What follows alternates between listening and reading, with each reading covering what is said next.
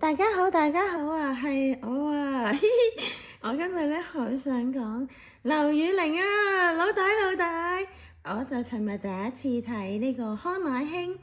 6.0音樂節或者叫演唱會啦，喺線上面微博嗰度，好開心啊，真係好開心，因為6.0咧話明今次係第6次，咁我都係第一次嘅。其實我自己係上年睇完書卷一夢同埋折腰中獎嘅，咁跟住咧就好難得咧，由小紅書再去微博咧先至睇到第一次睇直播就係817啦，咁所以我係冇睇過康乃馨，我覺得好開心啊！佢唱啲歌好好聽，我最深刻嘅咧就係浪費啦，因為唔知係咪咁巧定係點樣啦。咁佢就問啲人想聽咩歌，咁我唔知佢講開乜嘢，我唔記得咗啦。尋晚太多啦，咁知唔知佢講乜？跟住就有啲人又會想點歌，即係想食邊一道菜啊，中餐啊、日本菜啊、泰國菜啊、韓國菜，去代表你想聽邊個國家嘅歌咁樣啦。咁有啲人就點咗 Baby 啦，咁我就唔知寫咗乜嘢，我係想寫浪漫嘅。但我寫錯字，就即係出錯咗字，就變咗浪費。哇，勁驚啊！嗰下真係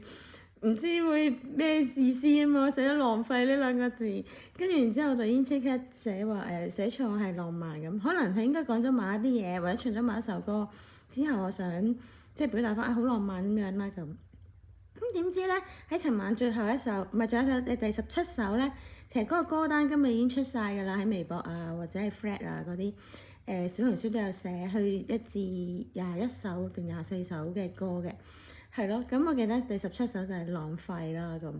因為佢尋日唱嘅時候，我未肯定首歌叫浪費，但係好似係真係叫浪費。直至到今日個歌單出咗個歌名，原來係林宥嘉唱嘅，因為我係未聽過，亦都完全唔知道呢個歌詞，即係呢首歌啦。覺得哇好巧合啊，好開心啊，因為我本來寫錯浪費，原來係真係有呢一首歌，原來首歌係好感動㗎喎，覺得好好聽，即係老大佢表現得亦都係好有感覺㗎，佢係啊，好投入啊，好有感染力㗎，都係同姜濤真係都有得揮啊，我都有留意姜濤㗎吓，咁我偶像都係即係我中意嘅都係老大劉宇寧啦，咁係啦，咁姜濤係我嘅某一個嘅婆婆，佢好中意，咁所以我都有留意嘅，所以大家千祈唔好介意，我都係唯粉嚟㗎，我係即係老大唯粉啦咁係咯，所以好好聽啦，首歌好感動啦，亦都覺得好開心，因為佢哋話如果佢有回應你喺微博上面嘅説話咧，就叫做翻牌，唔好意思，少少咳，都係氣管敏感，係啦，咁。我就喺度諗，哇，係咪翻牌咧？係咪睇到我留言咧？定係咁啱咧？因為中間即係可能我去咗洗手間，我唔知有冇 miss 咗啲嘢噶嘛。可能有其他人講開嘢或者點開咁樣，我真係唔知。但係如果即係唔理啦，呢啲咁開心嘅嘢係唔係我都認咗佢先啦？對號入座就好開心。翻牌或者叫做，但係原來首歌係咁好聽咯。老大佢演繹得好好咯，好正 feel 我覺得真係好正。咁另外咧，我自己就覺得最開心嘅係深刻嘅係 Baby 咯。我覺得 Baby 真係即係 music 一起嘅時候就已經好歡欣、好愉悅、好輕鬆啊！咁加上老大係唱得好啦，即係好似 Justin 唱緊咁，係咯。咁即係好似哇，好似好想跟住拍掌啊、起身跳下舞啊，咁樣先襯得翻嗰個氣氛咁樣咯。咁好開心啦，跟住後面嗰兩個兄弟喺度，即係彈琴吉他啦。唔好意思，我都係好新手啊，所以我唔記得咗，好對唔住，唔記得咗佢哋叫咩名。好似一個叫大飛，另一個唔知係咪叫細 B。Sorry，我會查翻，絕對冇唔尊重你哋，因為我知道你哋係盤古初開已經陪伴老大喺嗰個叫做丹東嘅街嗰度一齊係努力㗎，係啊，我知道你哋喺度㗎，你哋係好好㗎，係咯，所以首先就係好開心、好感動，好好聽，同埋好多謝呈現呢個音樂節啦，喺線上面，就算我哋好遙遠啊，我哋唔喺中國，但係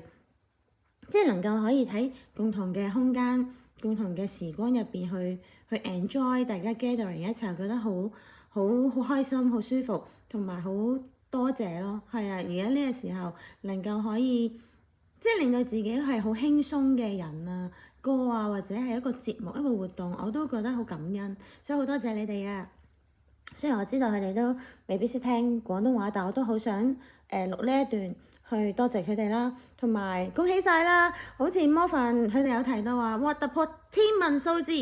7155萬人啊！線上觀看，好犀利，好犀利啊！我哋繼續支持老大，繼續